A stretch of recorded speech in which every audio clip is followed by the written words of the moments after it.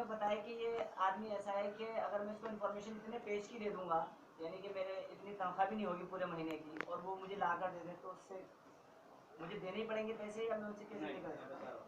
कई बार क्या होता है कि आप आरटीआई फाइल करेंगे, आपको अधिकारी बोलेगा कि आपका इन्फॉर्मेशन 20 लाख पेज में है, 40 लाख जमा कीजिए, कहाँ जमा कीजिएगा? तो आरटीआई में ये एक प्रोविजन दिया गया है कि आप सेक्शन 2J के तहत वो फाइल दे सकते हैं। तो आप जैसे ही कोई आपसे पैसे मांगे, आप तुरंत एक लेटर लिखिए कि भाई हमको सेक्शन 2J के तहत, धारा 2J के तहत आपके वो सारे 20 लाख डॉक्यूमेंट्स देखना है। उसके लिए आप हमें टाइम और मतलब समय और दिन बताएं, तो आपको वो टाइम देगा, आप उस टाइम जाएंगे। उसके लिए एक चार्ज है, पहला 1 घंटा फ्री है, 1 घंटा में आप फ्री में देख लीजिए। अगर उससे ज़्यादा टाइम लग रहा है तो आप जो है वो पर घंटा 15 रुपये चार्ज है, वो पे करके आप 8 मतलब उनके ऑफिस, ये नहीं कि आपके लिए वो बेचारा ऑफिस में बैठे, इतना उनका ऑफिस आवर है, उस टाइम में आपको दे सकते हैं। और आपको जो डॉक्यूमेंट चाहिए वही लीजिए और उसको जिरक्स करके चले जाइए, उसका पर पेज जो आपको पे करना होगा। अगर वो बीपीएल धारक है तब कुछ पे करना होगा? नहीं, उसको फ्री मिलेगा, उससे तो पैसा मांगा ही नहीं जाएगा। जो बीपीएल कार्ड होल्डर है उससे तो पैसा मांगा ही नहीं जाएगा, उसको फ्री मिलना है, उसको फीस भी नहीं देना है आरटीआई के लिए। जैसे कुछ डिपार्टमेंट ऐसे हैं जहाँ पर पीआईओ नहीं होता है, तो उसकी हर जगह पे ये होता है। जैसे बैंक है, बैंक होता है, जो मैनेजर होता है वही पे ही होता है, स्टाफ के अंदर ही होता है मतलब। और बैंक का जो मैनेजर होता है हर ब्रांच का, वो वही एक पीआईओ भी होता है, असिस्टेंट पब्लिक इंफॉर्मेशन ऑफिसर। तो हम डायरेक्ट आईटी इनको दे सकते हैं। और जैसे आप जाइए मत, आप स्पीड पोस्ट से भेज दीजिए ना, क्या दिक्कत है? वो जो होगा वो खुद रिसीव कर लेगा, ऐसे तो आपको दौड़ाएगा, अरे नहीं है फलां साहब है, ये है वो, आपको दौड़ाता रहेगा। सबसे बेस्ट है 70 रुपये खर्च किए, स्पीड पोस्ट भेज दीजिए, नाम भी नहीं होती है, बस सिर्फ सेवा में जन सूचना अधिकारी महोदय, यानी to the public information officer. हमारे लोकल एमएलएस वगैरह होते हैं, वो भी आरटीआई से जाते हैं, तो अगर उनसे कोई इन्फॉर्मेशन लेनी है तो डायरेक्ट हम उनको ही नहीं, आप किसी से कोई डायरेक्ट इन्फॉर्मेशन नहीं मांग सकती, वो मतलब जैसे वो जो वो आप, मैं बता रहा हूँ, आप ही के सवाल, आप किसी से भी डायरेक्ट कोई आदमी जो है जवाब नहीं देगा। पहली बात ये कि हर डिपार्टमेंट का एक सिस्टम है, हर डिपार्टमेंट में एक पब्लिक इंफॉर्मेशन ऑफिसर है। अब आपको विधायक साहब के बारे में जानना है या एमपी साहब के बारे में जानना है, तो आपको जानना होगा फंड इनको कहाँ से मिलता है। तो जो भी फंड आता है वो कलेक्टर, डिस्ट्रिक्ट मजिस्ट्रेट, यहाँ भी डिस्ट्रिक्ट मजिस्ट्रेट होता है दिल्ली में, तो डीएम के थ्रू ही जाता है। तो आपकी जो आरटीआई होगी वो डीएम ऑफिस में जाएगी, और वहाँ आप पूछेंगी कि भाई पिछले 5 सालों में या 3 सालों में या 2 सालों में फला विधानसभा क्षेत्र के में कितने विकास के कार्य हुए, उनके कार्यों की सूची दो, और उनमें कितना खर्च हुआ अभी बताए, बस हो गया, आपको पूरी लिस्ट मिल जाएगी। डीएम के थ्रू, डीएम ऑफिस से मिलेगी। विधायक तो पब्लिक इन्फॉर्मेशन नहीं है ना, और अपना बहाल भी नहीं कर रहा है, वो क्यों करेगा बहाल? तो आपको वो सरकारी, क्योंकि फंड जहाँ से होता है वहीं से मिलेगा आपको। बड़े हॉस्पिटल जो होते हैं जी, सरकारी हॉस्पिटल वगैरह, इसके इनसे भी निकलवा सकते हैं। जैसे कि कलर एक्सरे जो है ये बाहर भेजते हैं और जाती तौर पे अपने करवा देते हैं, जैसे सोर्स लगाई तो वही मशीनें फिर से काम करने लगती हैं। लेकिन जब कोई अपनी कंप्लेंट मतलब छोटा गरीब कोई आता है तो कहते हैं मशीन ख़राब है, तो उसकी भी लगा सकते हैं यार, लगा सकते हैं, लेकिन दिमाग थोड़ा सा अप्लाई करना होगा कि हम क्या पूछें। पहली बात ये, कभी भी डायरेक्ट सवाल नहीं पूछिए।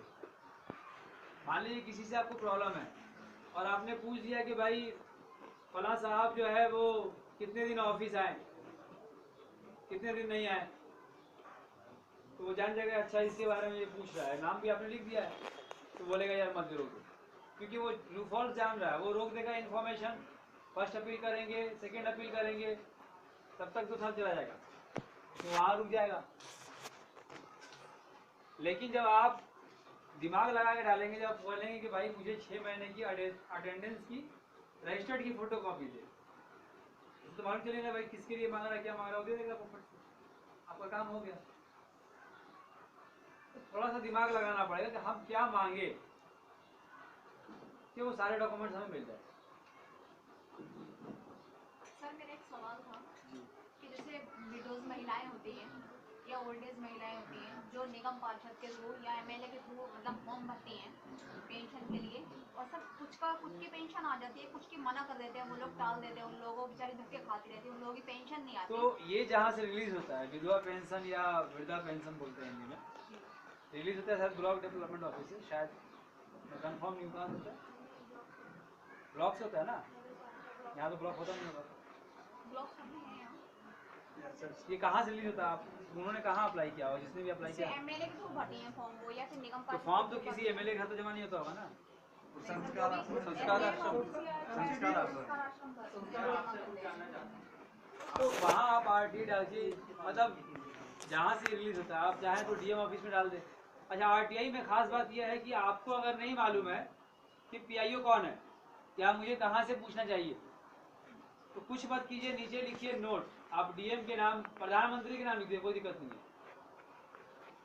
सीएम के नाम भेज दीजिए, मतलब उसके दफ्तर के पीआईओ के नाम पे, और नीचे लिखिए नोट कि यदि यह आवेदन आपसे या आपके विभाग से संबंधित नहीं है तो आरटीआई की धारा 6 और ब्रैकेट में 3 के तहत संबंधित जन सूचना अधिकारी को आप प्रेषित करें, और साथ ही इसकी सूचना हमें भी दें।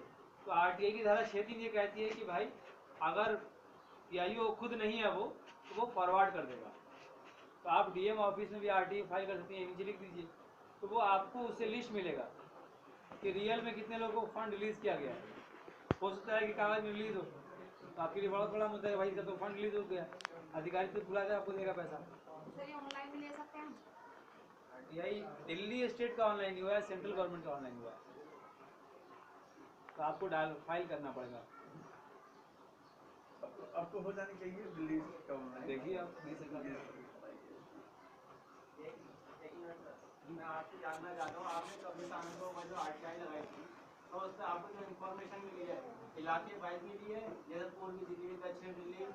नहीं, इलाके वाइज नहीं मिली है, हमने उसको इलाके वाइज बना लिया है खुद से। अच्छा, वो हमें पूरी लिस्ट मिल गई है, जो अभी सीलमपुर का है तो अगला उफला का, मतलब सीक्वेंस वाइज नहीं है, एरिया वाइज नहीं मिला, पूरी लिस्ट मिली है। वो लिस्ट हमें ऑनलाइन मौजूद है, मेरी वेबसाइट पर मौजूद है।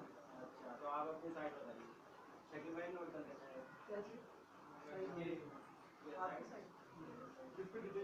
beyondheadlines.in वेबसाइट है, इस पे आप सर्च में जाएंगे, आप डालेंगे ग्रेवयार्ड्स, लिस्ट ऑफ ग्रेवयार्ड्स तो मिल जाएगी।